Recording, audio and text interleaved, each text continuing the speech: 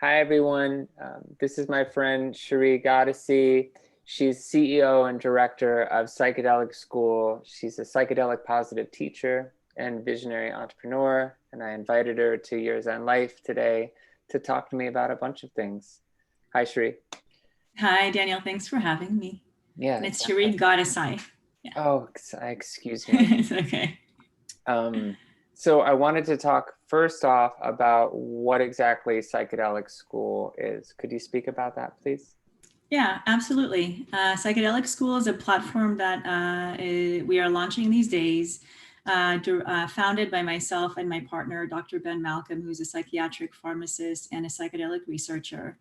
And Ben and I are both extremely passionate about bringing psychedelic education to the masses because we have both witnessed the healing powers and potential that can be gleaned in psychedelic states and peak experiences.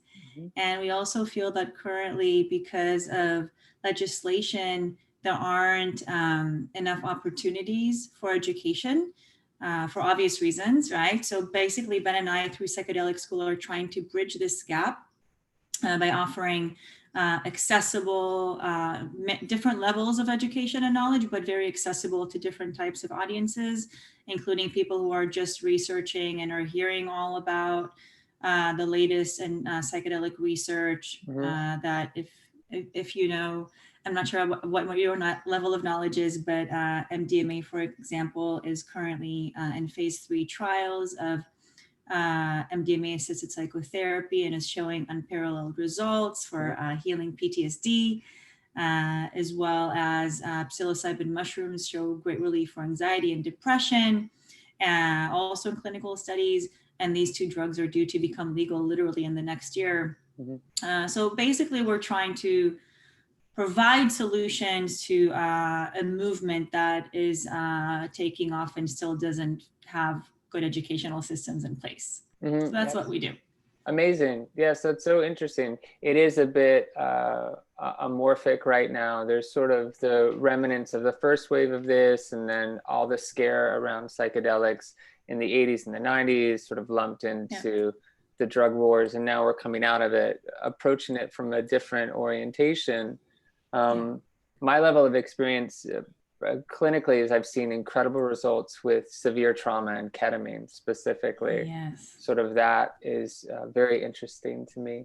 I'm curious how long you've worked in this field? 5 to 6 years now, Okay, full time. I amazing. got my master's in psychology from Antioch. Mhm. And at the time, this was 2015, they had a program called Individualized Concentration in psychology. And basically, I could cater my degree to be very specific to a topic of interest. So I chose Mhm. psychedelic integration therapy. Mhm. So I have a degree that says psychedelic integration therapy on it, which I'm stoked Cool. about. Yeah. Yeah, so ever since then, and I've done a lot of I have a full coaching practice. I didn't get licensed, so I'm considered a coach. I Mhm. have a full coaching practice, as well as I founded in Los Angeles a large community organization, nonprofit organization called Mhm. Psychedelic Integration, which we offer emotional support and educational tools and connection for community and people who use psychedelics. So that was kind of like a grassroots movement that grew out of my private practice and now belongs to the people. And then I started teaching others, and that's how Psychedelic School was born. And we're currently developing it to also include other teachers that would bring in their knowledge in shamanism and different aspects of the work. So Amazing. So so yeah, yeah, it's about 5 or 6 years now. just following the path. Um, Totally, just you doing what is being asked of me at every moment, just serving that. you made a point of mentioning not getting licensed. Was there a reason? I asked because I know there's some concerns about, and we're in this in-between phase of legality with certain things. And I know a lot of clinicians said, I'm going to Yeah. pause on getting licensed because I want to do my own work. Yeah. So my degree initially wasn't clinical. I Mm, planned on getting my clinical degrees and hours through a doctoral program, mm, which immediately after I graduated from Antioch, I enrolled in Pacifica. And then right before the study started, I decided it wasn't right for me. And I wanted to first get wet in the field before I commit to another 5 years of really intense and beautiful, but intense work. Intense, yeah. And exactly. And then I actually decided that for me, the person that I am, I'm kind of anti-establishment in that regard. And I'm actually trying to invent new paradigms, Mm-hmm. letting go of the past and bringing in new opportunities to change and improve on the system that we're currently in. So I made a very specific choice to ultimately, I will get my doctorate, but I will not get licensed, and just to serve in this way and again, invent and opportunities for new ways of looking at mental health and the support that we can offer for people who are suffering from different conditions. So Amazing. yeah. And that reminds me, I wanted to ask, in this world, in terms of people suffering and how these therapies are so invaluable for people suffering, specifically with, as you mentioned, PTSD and acute depression, who would you say this type of therapy would be good for? Wow. So it depends. When you use the word therapy, I need a little bit of clarification on that. So there is psychedelic therapy, right, which is where the therapist would sit in the setting with the person and help them undergo a peak experience with a psychedelic substance, as well as there is psychedelic integration therapy, which is what I specialize in, which is building the framework that and the protocol that would enable the person to go through this experience, but with a lot less risk and a much higher level of enhanced benefits, as well as sustainable results over time. So I specialize in life transformations through these substances. So I just want to distinguish between the two.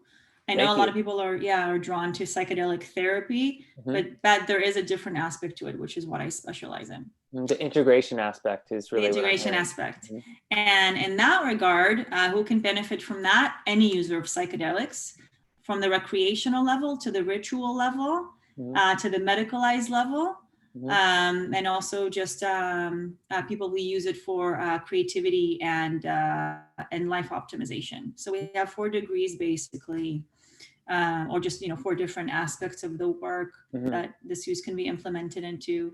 As far as psychedelic therapy, I believe that while many people would personally just want to give LSD to just anyone because it can completely change our world and it's so incredible, I believe that psychedelics are actually not for everyone, as much as we would like to think it is. They are, because they're so powerful, because they can completely change a person's life emotionally, cognitively, spiritually, physically, their lifestyle, their environment, their relationships, their social status. All of that can change literally in just one session. And to be able to dive into these realms of the psyche in a way that is safe, first and foremost, right? My philosophy is safety first. And it's just not necessarily psychologically safe for everyone. A person actually has to have a very strong sense of self to be able to let go and actually completely disintegrate, knowing that they will be able to get back to it. Otherwise, we are risking psychosis, psychotic states more, which again can be actually very much minimized with proper psychedelic integration therapy. But some people are just not good candidates for this work, I think. They need more support, more preparation. I feel like they can take a little bit more time to onboard them onto the process and to get them to a place where they'll be able to partake with psychedelics. But again, the thought that everyone should try MDMA and everyone should do this and that, I don't feel like that's correct. Beautiful. I appreciate the care you put in breaking it down, and it sounds like the piece that is really substantial with what we're talking about is the importance of integration, right? Yes, absolutely. The peak experience can be supported with integration, so it's not just a state that you go to and then leave and try and figure out how to make sense of it. Sounds like you're interested, at least with your work in psychedelic school, of building bridges so people can grow into their realizations. Is that what I'm hearing?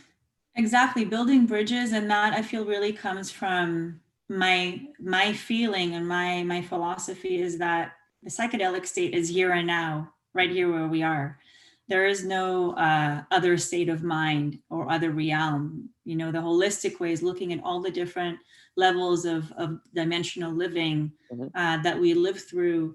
And I wish to embody this psychedelic, my manifesting, soul manifesting state in every moment of my life, right here as we're talking.